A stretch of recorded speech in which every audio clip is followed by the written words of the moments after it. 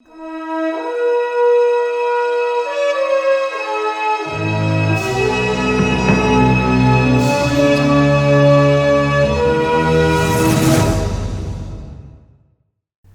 आप देख रहे हैं नेक्स्ट 9 न्यूज। स्वागत है आप सबका दर्शकों हमारे चैनल में। एक बार फिर से देश दुनिया की तमाम बड़ी खबरों के बीच हम बात करने वाले हैं।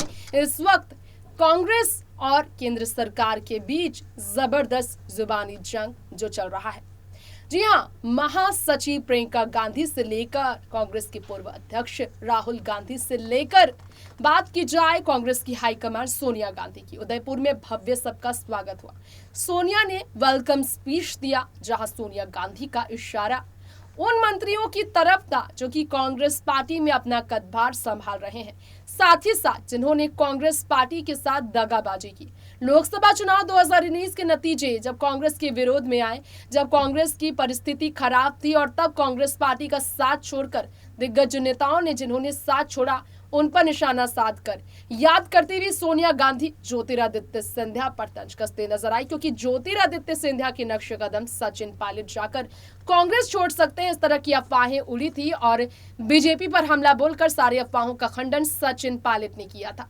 और इसी वजह से बेधड़क सोनिया गांधी जिनका गुमान बढ़ाया सचिन पायलट ने, वो सोनिया गांधी ज्योतिरादित्य सिंधिया का कमर तोड़ने के लिए उनके धोखे पर खुलकर बोली है कि वक्त आ गया है जवाब देने का। विपरीत स्थिति में हम डरेंगे नहीं, एकता के साथ आगे बढ़ेंगे।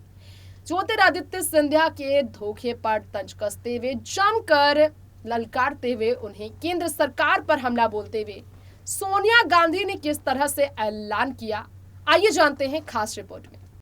बिल्कुल अच्छी तरह से जानती हैं सोनिया गांधी की ज्योतिरादित्य सिंधिया ने जिस तरह से 2019 के लोकसभा चुनाव के नतीजे आने के बाद कांग्रेस पार्टी को छोड़ा, क्योंकि नतीजे परिणाम कांग्रेस के विपरीत आए, बीजेपी की जीत हुई।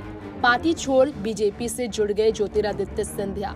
अब ज्योतिरादित्य सिंधिया जैसे बड़े नेता को खोने के बाद, युवा कद्दावर नेता को अपनी पार्टी से खो देने के बाद सोनिया गांधी को इस बार सचिन पायलट को नहीं खोना। सोनिया गांधी ज्योतिरादित्य सिंधिया के धोखे के बाद आखिरकार कांग्रेस से धोखा कर बीजेपी में शामिल हुए ज्योतिरादित्य सिंधिया को अब जो है जवाब देती नजर आई हैं। उदयपुर में चल रहे कांग्रेस की 3 दिवसीय चिंतन शिविर पर वेलकम स्पीच में कांग्रेस अध्यक्ष सोनिया गांधी ने जो कहा, केंद्रीय मंत्रियों को करारा जवाब दिया। ज्योतिरादित्य सिंधिया के धोखे पर खुलकर इनडायरेक्टली सोनिया गांधी ने कहा, उन्होंने कहा, हमें मिली विफलताओं से हम बेखबर नहीं हैं, ना हम बेखबर हैं संघर्ष और कठिनाइयों से जो हमें आगे करना है। लोगों की उम्मीदों से हम अनजान नहीं हैं। हमें ये प्रण लेने इकट्ठा हुए इस देश की राजनीति में अपने पार्टी को उसी भूमिका में लाएंगे जो सदैव निभाई है, जिस भूमिका की उम्मीद इस बिगड़ते समय में देश की जनता करती है। हम आत्मनिरीक्षण कर रहे हैं या तय करें कि यहाँ से निकले तो एक नए आत्मविश्वास और कमिटमेंट से प्रेरित होकर निकलेंगे। ज्योतिरादित्य सिंधिया ने धोखा दिया और जितने भी नेताओं ने कांग्रेस छोड़कर बीजेपी का दामन थामा केंद्र में रहने के लिए, केंद्र में कदभार ज्योतिरादित्य सिंधिया का बीजेपी ने जरूर बढ़ाया, लेकिन बीजेपी को हराने के लिए नवसंकल्प चिंतन शिविर में ये ऐलान सोनिया गांधी का है, जिससे कहीं ना कहीं सीधा ज्योतिरादित्य सिंधिया से धोखे का बदला सोनिया लेने के लिए तैयार है। सोनिया गांधी ने कांग्रेस के तमाम बड़े नेताओं को त्याग करके पार्टी के हित में काम करने की नसीहत दी। उन्होंने कहा, ऐसा समय आया है, हमें संगठन हितों के अधीन काम करना होगा। सबसे आग्रह है, खुलकर अपने विचार रखें, मगर बाहर एक ही संदेश जाना चाहिए, संगठन की मजबूती, मजबूत निश्चय और एकता का। अब यहाँ पर सोनिया गांधी डरी भी है। सोनिया गांधी ने खुलकर इसलिए इस पर फैसला लिया है। सोनिया गांधी ने कहा, पार्टी के सामने असाधारण परिस्थितियां हैं, असाधारण परिस्थितियों का मुकाबला असाधारण तरीके से ही किया जा सकता है। संगठन को जीवित रहने बढ़ने के लिए भी अपने अंदर पैनापन लाना होगा। तो अच्छी तरह से आश्वस्त नहीं है सोनिया गांधी। उन्होंने कहा, बीजेपी देश में डर, असुरक्षा और माहौल पैदा कर रही है। ज्योतिरादित्य सिंधिया केंद्र के तमाम मंत्रियों, बीजेपी के बड़े नेता और प्रधानमंत्रियों को निशाने पर लेती हुई सोनिया गांधी ने कहा कि बीजेपी केंद्र सरकार केंद्र के मंत्री देश में डर और असुरक्षा का माहौल पैदा कर रही है। अल्पसंख्यकों को डराया जा रहा है, धर्म के नाम पर पोलराइजेशन किया जा रहा है। अल्पसंख्यक हमारे देश में बराबर के नागरिक है। ये हमारी पुरानी बहुलवादी कल्चर का परिचय है।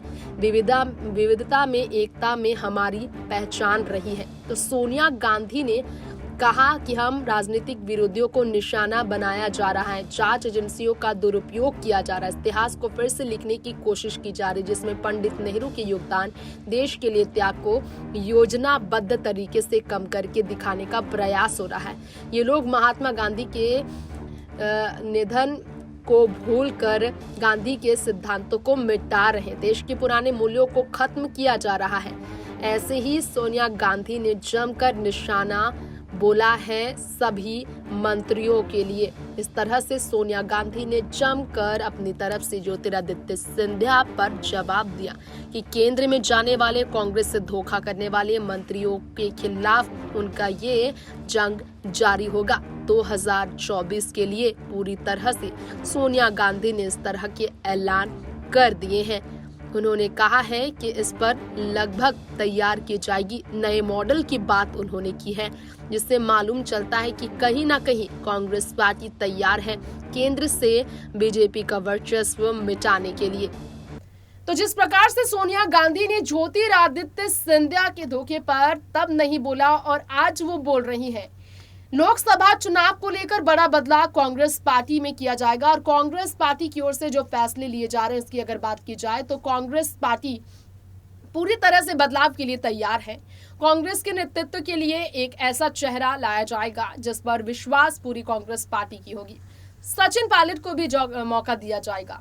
निस्वार्थ भाव से जो काम करेंगे उन्हें भी मौका दिया जाएगा। एक परिवार से एक ही शख्स होगा जो सबसे बड़ा कदभार संभालेगा, बड़े पद पर बैठेगा। तो फैसले तमाम लिए गए हैं। आपका क्या कहना है? क्या वाकई में ज्योतिरादित्य सिंधिया को लेकर केंद्र पर हमला बोलते हुए तंज सीधा उन्हीं पर सोनिया गांधी ने कसा? क्या वाकई में केंद्र सरकार पर हमला बोलते हुए सोनिया वहां पर पार्टी के केंद्रीय मंत्रियों के नेताओं को लेकर वो पूरी तरह से ललकार रही हैं? हमें जरूर बताएं। सोनिया के इस तरह के स्टेटमेंट पर आपकी राय। लेंगे इजाजत, देखते रहे नेक्स्ट 9 न्यूज। नमस्कार।